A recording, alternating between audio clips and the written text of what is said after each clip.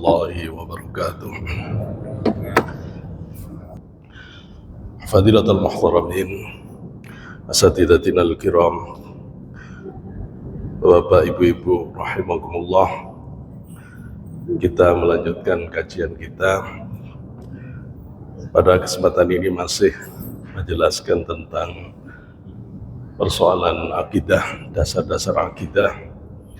Dan persoalan yang kita bahas hari ini adalah berkaitan dengan dasar dari aqaid 50 yang menjadi pijakan akidah Ahlus Sunnah wal Jamaah. Kita mengenal akidah ini didasarkan kepada apa yang sudah dialami oleh Sayyid Ahmad Al-Marzuki Al-Maliki.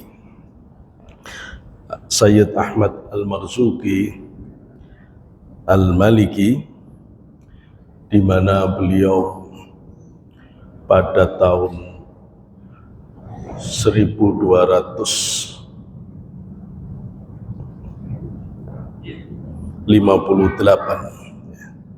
Hijriah, beliau yang merupakan ulama besar di Hijaz, waktu itu merupakan keturunan Rasulullah, yaitu dari jalur Hasan.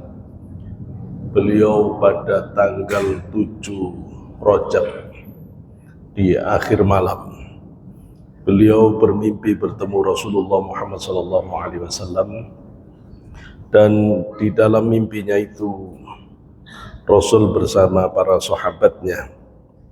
Kemudian waqala lahu Nabi sallallahu alaihi wasallam, Rasulullah sallallahu alaihi wasallam menyuruh Sayyid Ahmad Al-Marzuki, iqra manzumat at-tauhid allati man hafadhaha dakhala al-jannah. Bacalah nazom-nazom syairan tauhid yang siapa menjaganya maka dia masuk surga. Diminta oleh Rasulullah supaya membaca nazom-nazom tauhid, yang siapapun membaca nazom, menjaga nazom tauhid itu, dia akan masuk surga. Wanalal maqsudah, dan bisa mencapai semua maksudnya. Min qawli khairin, dari setiap kebaikan. Wafaqul kitab, dia akan bersesuaian dengan Al-Quran. Wasunnah, dan sunnah. Faqala lahu, kemudian Sayyid Ahmad Al-Marzuki bertanya kepada Rasulullah di dalam mimpi itu, wa matilkal manzumah, apa yang dimaksud dengan nazom itu ya Rasulullah? Ya, karena belum tahu, Sayyid Ahmad Al-Marzuki belum ngerti nazomnya yang mana. Faqala al-ashabu lahu, maka sahabat yang melingin-lilingi Rasulullah di dalam mimpi itu mengatakan, isma' mir Rasulillah, dengarkan dari Rasulullah sallallahu alaihi wasallam, ma yaqulu, apa yang dikatakan oleh Rasulullah. Faqala Rasulullah sallallahu alaihi wasallam, kemudian Rasulullah sallallahu alaihi wasallam bersabda di dalam mimpinya, qul, katakan, abda'u bismillahi warrahmani. Kemudian faqala, kemudian Sayyid Ahmad Al-Marzuki pun membaca abda'u bismillahi warrahmani ila akhiriha, sampai akhir dari nazam. Wa huwa qauluhu wa suhuful khalilu wa suhuful khalili wal kalimi fiha kalamul hakimul alim, sampai dengan nazam suhuful kalim, suhuful khalil. Wa rasulu, dan Rasulullah SAW yasma'uhu, mendengarkan apa yang diulang oleh Sayyid Al-Marzuki setelah Rasulullah mengajarkan kepada Sayyid Al-Marzuki pada saat beliau di dalam mimpi. Falamma istaiqadha, pada saat beliau bangun, mimmanamihi, dari tidurnya, qara'a ma ra'ahu fi manamihi, dia mengulang apa yang diajarkan Rasulullah di dalam mimpi itu. Fawajadahu mahfudhan, dan dia masih hafal dengan apa yang diajarkan oleh Rasulullah itu. Pada tanggal 28 bulan Rajab, yang sama bulannya, tahunnya sama, 1258 Hijriah, beliau mimpi ketemu Rasulullah lagi. Kemudian Rasulullah menanyakan lagi, masih hafal enggak nadhoman yang diajarkan oleh Rasulullah, nadhom tauhid itu? Mimpi lagi, ketemu Rasulullah, diminta oleh Rasulullah untuk mengulang lagi. Dan kemudian beliau masih hafal, kemudian diulang lagi. Setiap satu bait, setiap satu baris diaminkan oleh para sahabat, sampai selesai. Begitu selesai, Rasul mengucapkan, waffaqakallahu lima yarda, semoga Allah memberi taufik kamu terhadap apa yang Allah ridhoi, wa qabila minka dzalik, dan semoga Allah menerima yang demikian ini dari kamu, wa baraka alaika wa alal mu'minin, dan keberkahan bagi kamu dan bagi orang-orang mukmin, wa nafa'a biha al-ubad. Maka Rasul mengingatkan, semoga hafalan nadhoman ini bermanfaat lil ibad, bagi semua hamba-hamba Allah. Amin. Kemudian Rasul menutup dengan amin. Setelah bangun, beliau kemudian diminta oleh orang-orang untuk mengajarkan nadhom ini.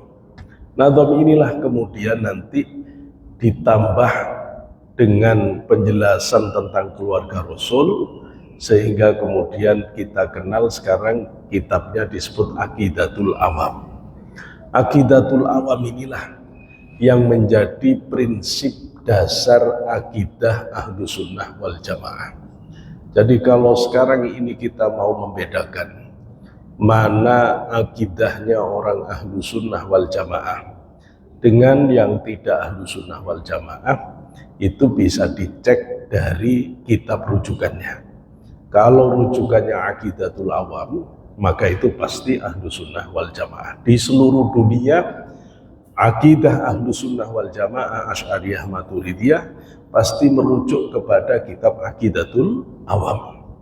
Kitab Aqidatul Awam, kita ketahui rinciannya, itu adalah terdiri atas 20 sifat wajib bagi Allah, 20 sifat mukhal bagi Allah, 40, tambah 1 sifat wenang, sifat jaiz bagi Allah, 41, 4 sifat wajib bagi Rasul, 4 sifat mukhal bagi Rasul, 8, 1 sifat jaiz Rasul, 9.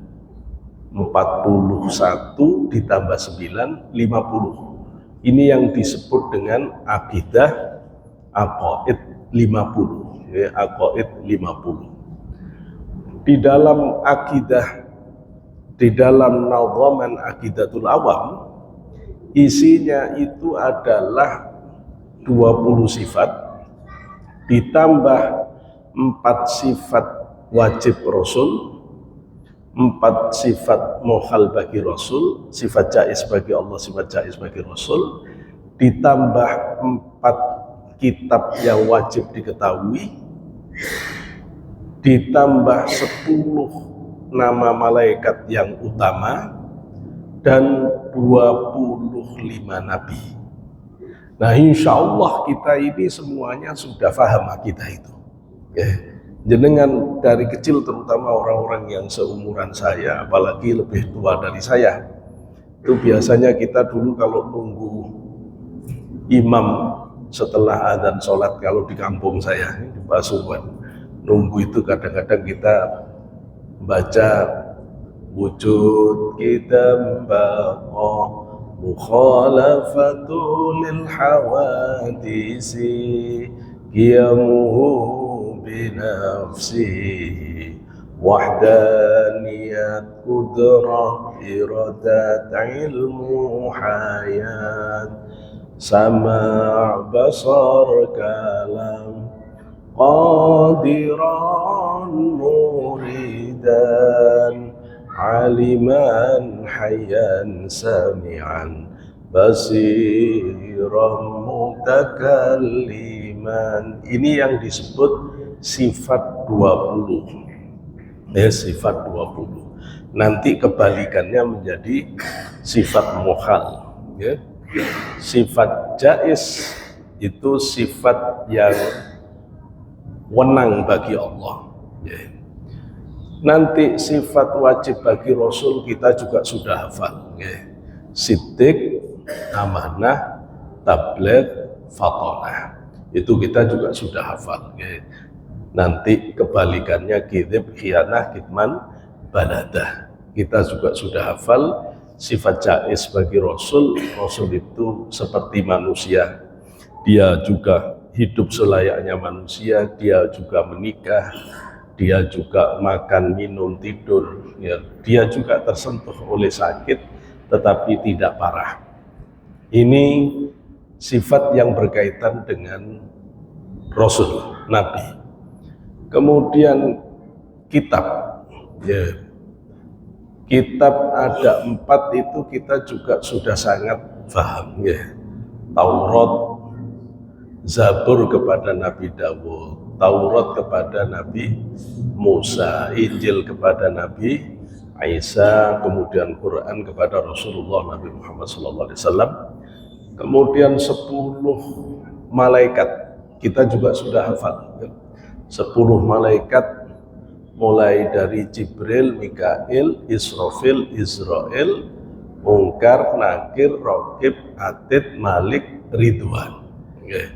Sudah hafal tugas-tugasnya insyaallah di SD, jangankan di madrasah, di SD juga sudah diajarkan ini. Sudah diajarkan. Maka sifat 10 malaikat ini kita sudah hafal. Begitu juga 25 nabi, kita juga insya Allah sudah hafal, paling tidak pernah hafal. Sudah tahu mulai dari Adamun, Idrisun, Nuhun, Huduma, Saleh wa Ibrahimu kullu mutaba, Lutun wa Ismailu, Ishaqun kada, Yaqubu, Yusuf wa Ayyubu, Dada, Su'aibu, Haruna wa Musa wal Yasa', Dzulkifli, Dawud, Sulaiman, Taba, Ilyasu, Yunus, Zakaria, Yahya, Isa, wa Taha, Khatimun, Daghiyah. Dari Nabi Muhammad sampai Rasulullah. Sampai disinilah yang diajarkan oleh Rasulullah kepada Sayyid Ahmad Al-Marzuki yang disebut sebagai Nadham Tauhid. Jadi kalau kita mau bicara ringkasnya tauhidnya Ahlus Sunnah wal Jamaah, ya ini. Akidahnya Ahlus Sunnah wal Jamaah itu ya ini tadi. Ya, maka kalau kita sudah mengenal ini, maka itu akidah kita, akidah Ahlus Sunnah wal Jamaah. Bagaimana dengan anak-anak kita yang sekolah di madrasah, di sekolah? Fa insya Allah semua ini sudah dijelaskan ya, di dalam buku-buku agama di PAI itu sudah pasti ada penjelasan tentang persoalan-persoalan ini. Hanya malam ini kita perlu menegaskan tentang betapa istimewanya Rasulullah mengajarkan tentang Allah di dalam tauhid aqidatul awam ini. Meskipun tampak sederhana, ya, meskipun tampak sederhana.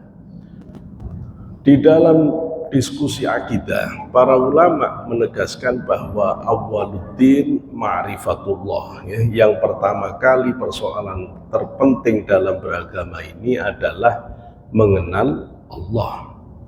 Karena tidak mungkin orang itu beragama kalau dia tidak mengenali Tuhannya. Lah terus dia kalau sholat siapa yang disembah?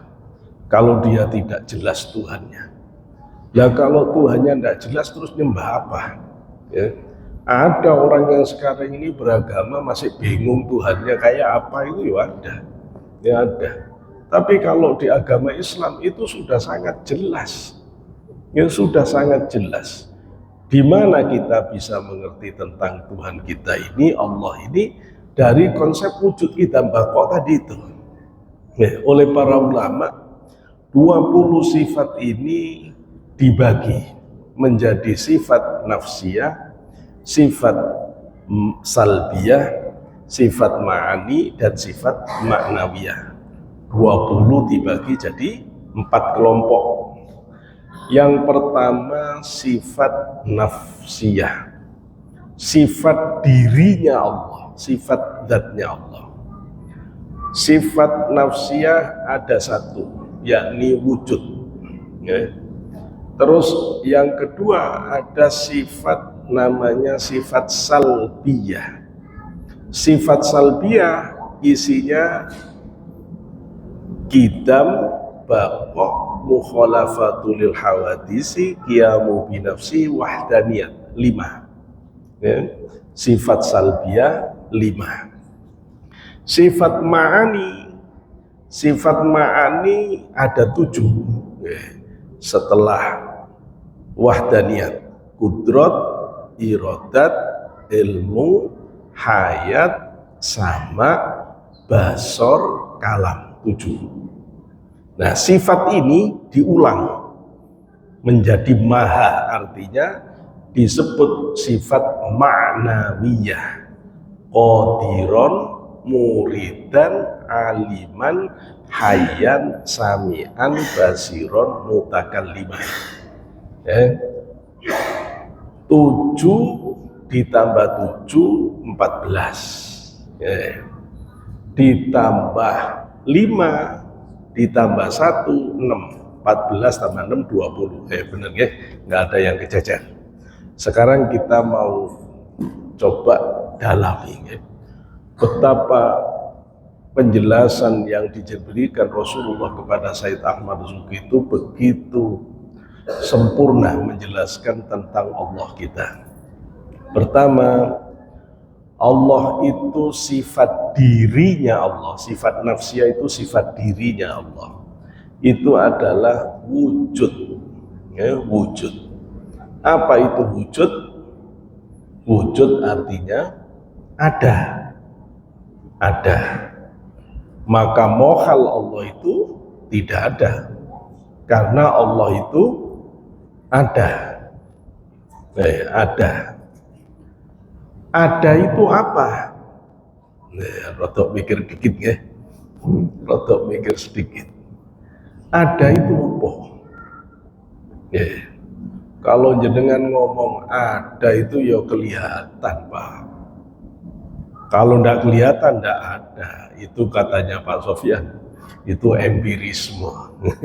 Empirisme. Kalau ada itu harus kelihatan. Kalau ndak kelihatan ndak ada, itu empirisme.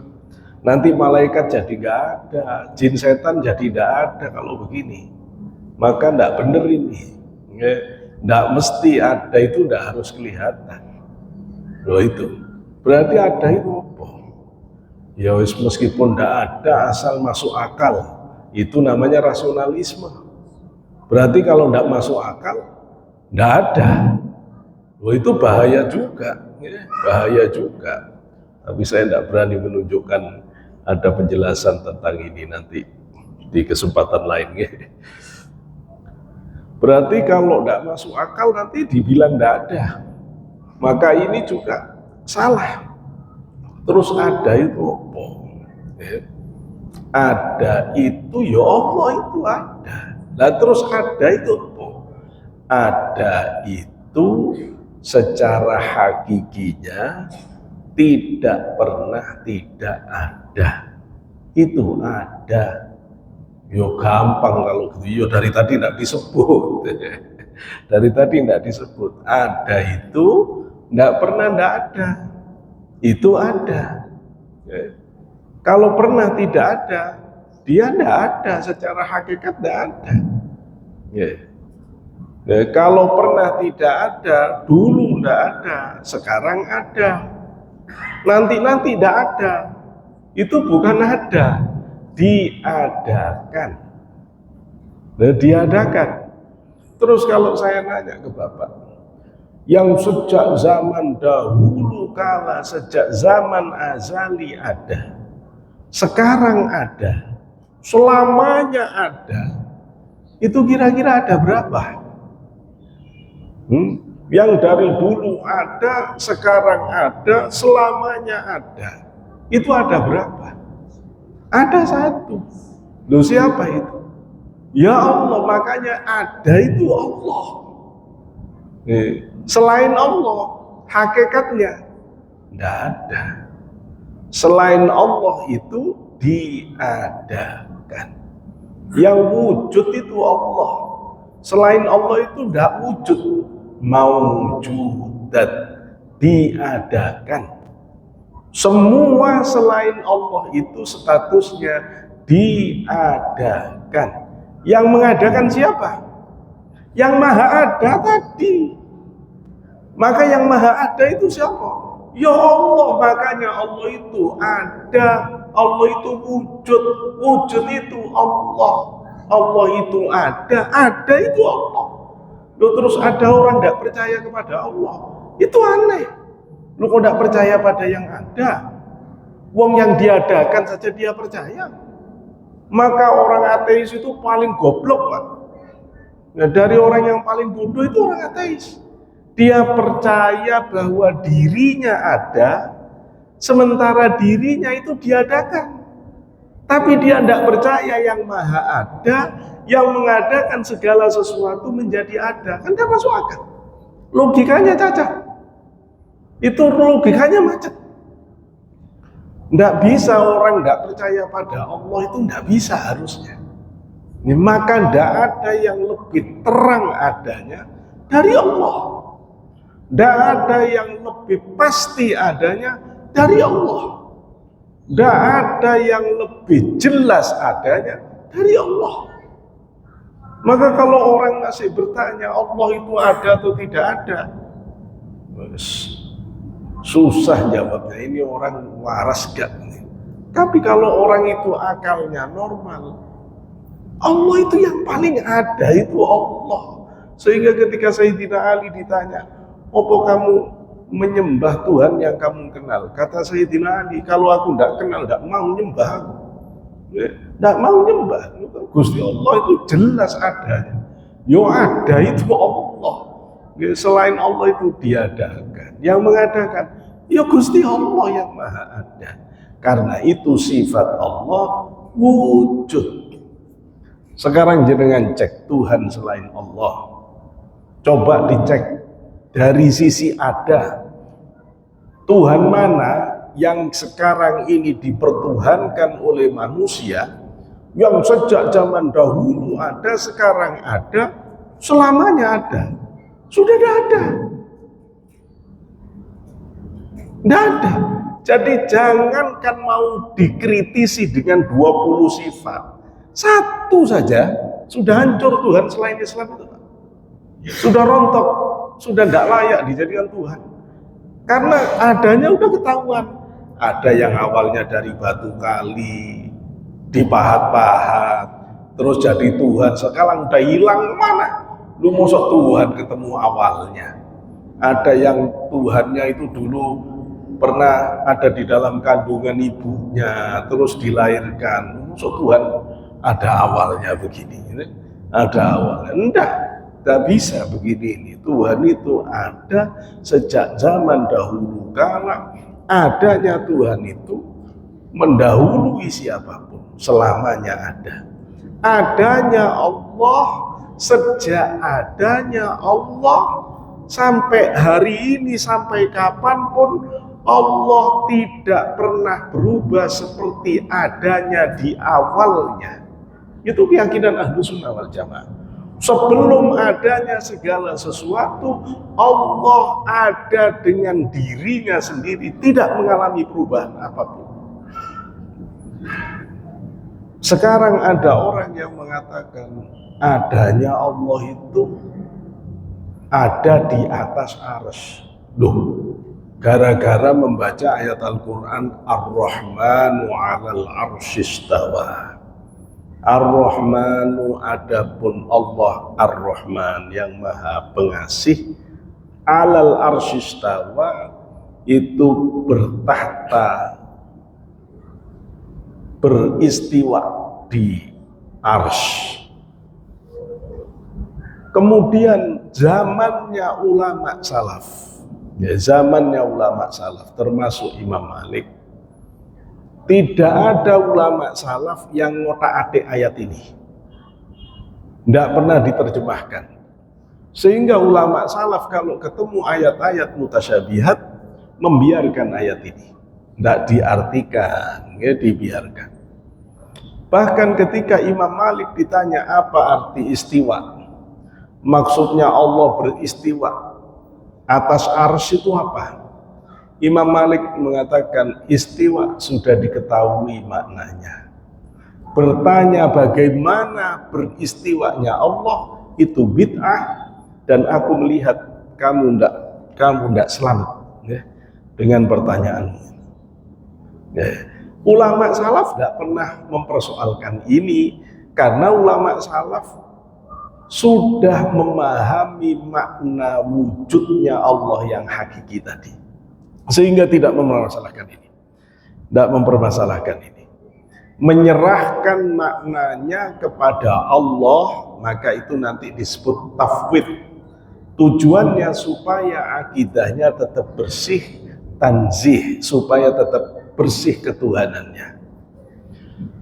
Semula para ulama ahlu sunnah wal jamaah tidak mau mengotak-atik ayat ini juga. Tapi kemudian datanglah kelompok yang baru, tiba-tiba dia mengartikan kata istiwa ini bertempat.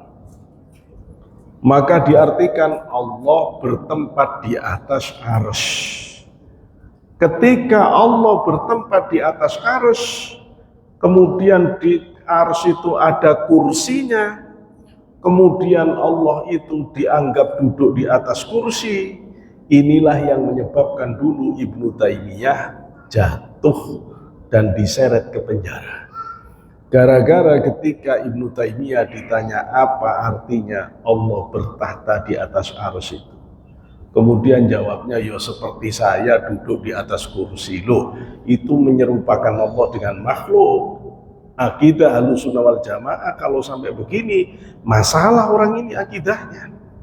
Karena itulah dulu Ibnu Taimiyah dipenjara, sehingga para ulama dari berbagai madhab, 4 madhab, mengatakan Ibnu Taimiyah bermasalah akidahnya. Ya, bahkan ada yang menyebut sesat, ya, dari 4 madhab ini gara-gara persoalan akidah yang menabrak akidah Ahlussunnah wal Jamaah. Bagaimana kemudian para ulama Ahlussunnah wal Jamaah yang belakangan itu yang disebut dengan ulama khalaf itu mentakwil, tidak diartikan bertempat tapi diartikan menguasai.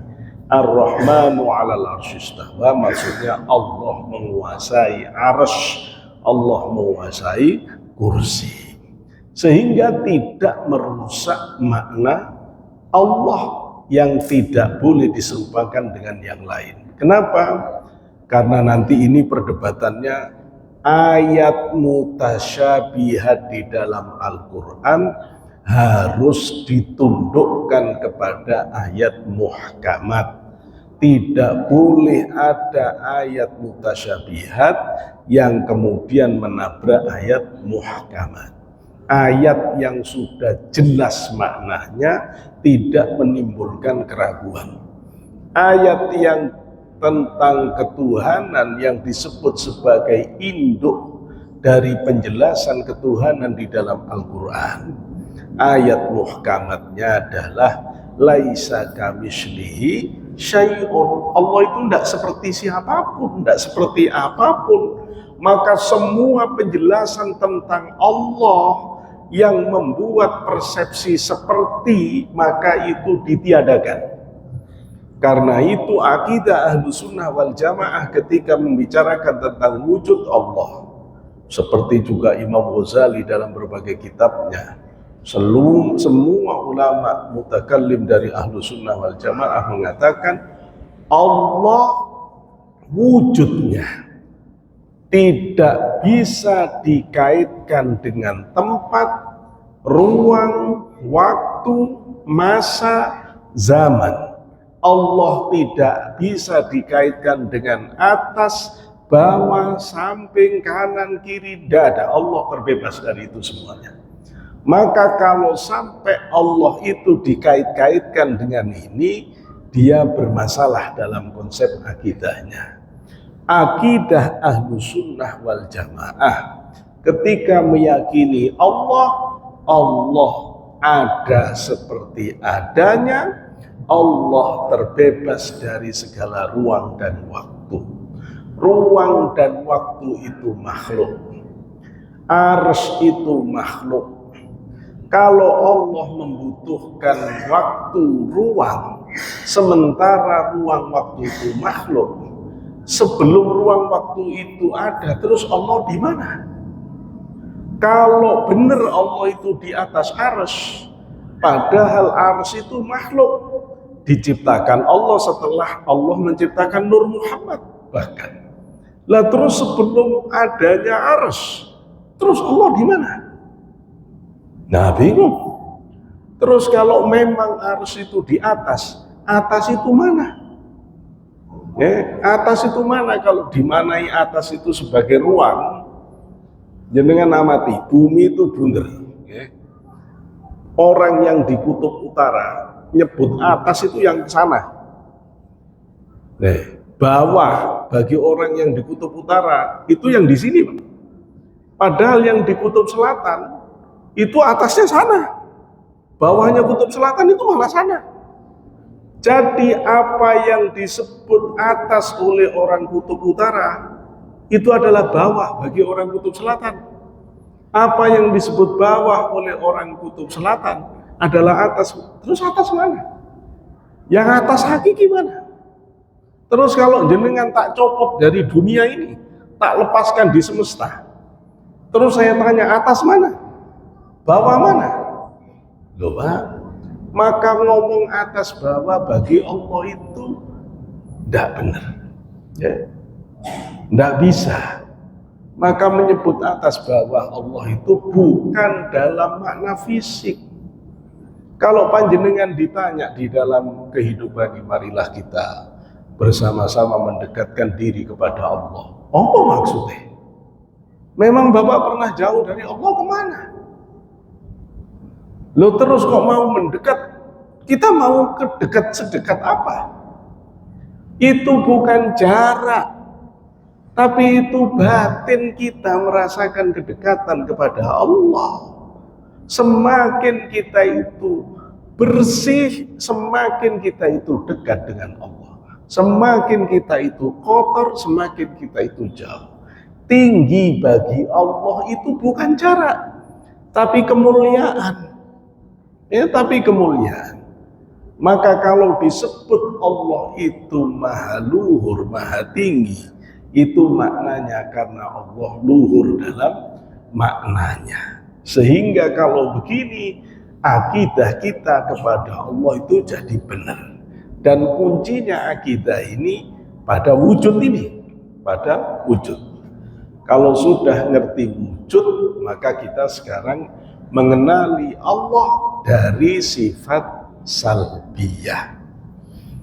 Sifat salbiyah bagi Allah itu ada 5. Para ulama mengartikan sifat salbiyah itu adalah sifat yang kebalikannya itu tidak pantas untuk Allah. Meniadakan sifat sebaliknya bagi Allah.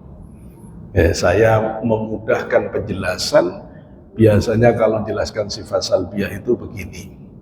Sifat yang hanya ada pada Allah dan tidak mungkin ada pada selain Allah. 5 sifat ini, Pak, itu tidak ada selain Allah, tidak akan punya sifat ini. Cuma Allah yang punya. 1, qidam, adanya sebelum segala sesuatu ada. Sopo selain Allah yang ada sebelum segala sesuatu ada? Ya gak ada ya Gusti Allah. Makanya ini sifat khusus milik Allah, qidam. Ya. Nanti pertanyaan jenengan, setelah Allah sendiri tidak ada selain Allah, yang diadakan oleh Allah sebelum segala sesuatu ada, itu apa? Nah ini nanti jawabannya Nur Muhammad. Nanti saya tidak mau jawab sekarang. Nanti lain kali baru kita bahas gimana dari Nur Muhammad sampai mewujud sekian banyak. Jadi Islam itu punya jawaban kosmologis. Kalau orang Yunani masih mumet, di Islam punya jawaban, dan itu ada hadisnya. Jadi nanti Nur Muhammad baru kemudian dipecah jadi 4 dan seterusnya. Kemudian sifat kedua bagi Allah di sifat salbiyah, baqa, wujud, qidam, baqa abadi. Siapa selain Allah yang abadi? Tidak ada, Pak. Rasulullah yang paling istimewa saja juga harus wafat. Tidak ada yang abadi kecuali Allah. Ini sifat khusus Allah. Selain Allah tidak ada. Qiyamuhu binafsihi, berdiri sendiri tidak membutuhkan apapun. Itu cuma Allah. Kita ini tidak bisa berdiri sendiri, tidak bisa berdiri sendiri. Kita semuanya butuh oksigen. Kalau tidak ada oksigen selesai semua kita ini. Butuh makan, butuh nutrisi, butuh macam-macam. Ya, kita butuh teman, butuh kawan, semua butuh. Ya, kita ini membutuhkan, makhluk itu semua membutuhkan. Cuma Allah tok yang qiyamuhu binafsi. Ya, qiyamuhu binafsi. Gusti Allah itu kan bisa. Katanya Gusti Allah itu tidak butuh siapapun. Nyatanya ada malaikat. Nyatanya ada setan. Nah, ini penjelasannya panjang pakai. Allah kan sudah menyebut dunia ini laibun walahun wazinatun watafakhurun. Dunia ini permainan. Ya, dunia ini permainan.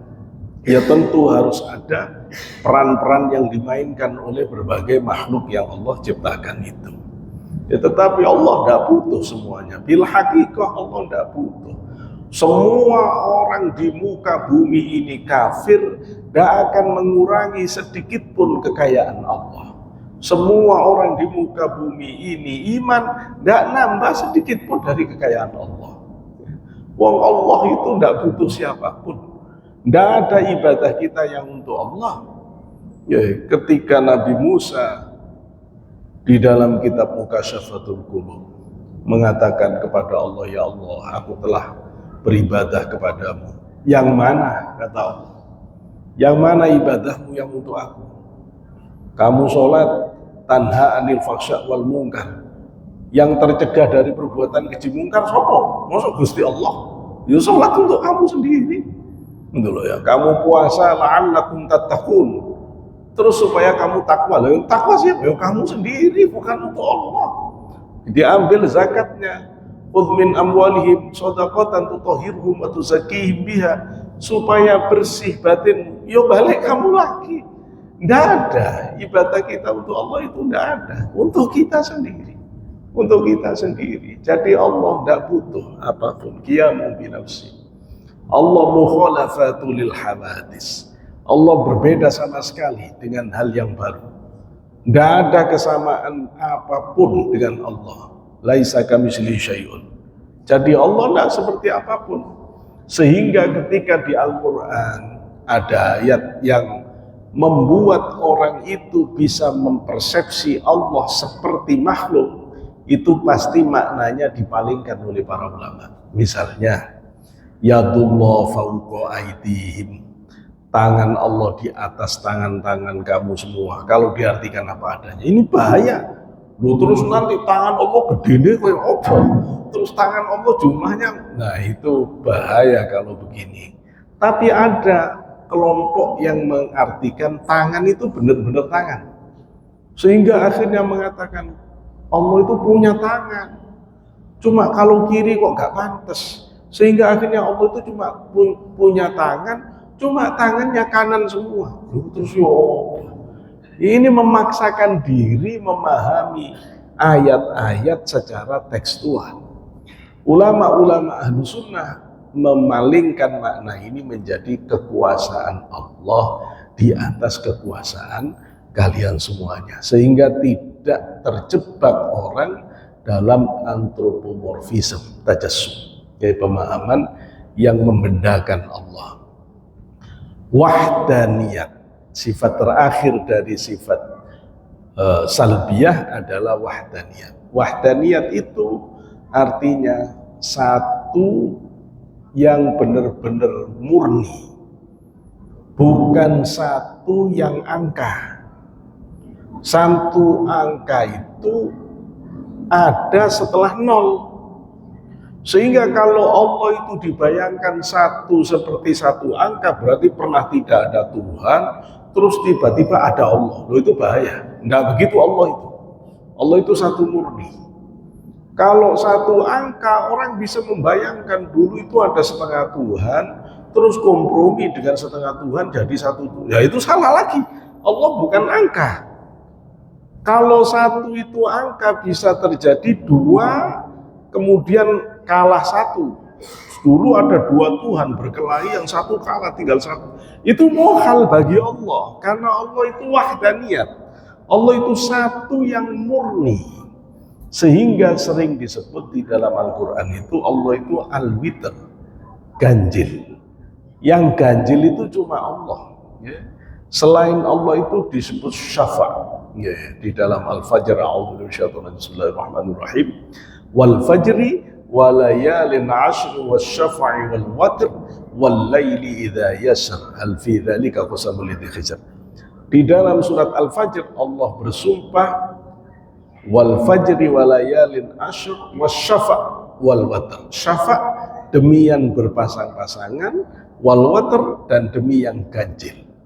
Yang berpasang-pasangan itu makhluk, yang ganjil itu Allah.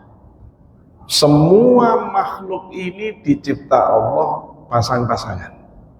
Nggak ada laki-laki, ada perempuan, ada hitam, ada putih, ada tinggi, ada rendah, ada lemah, ada kuat, ada tinggi, ada rendah. Semuanya pasangan. Ya, semuanya pasangan.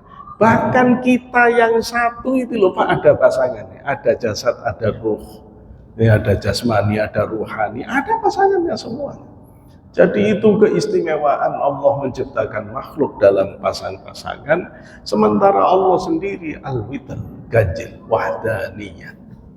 Kemudian sifat berikutnya adalah sifat Allah ketika berkaitan dengan makhluk. Apa itu? Qudrah. Allah punya kuasa. Ya, penampakan dari kekuasaan Allah inilah Allah menciptakan gunung, Allah menciptakan badai, Allah menciptakan gempa, Allah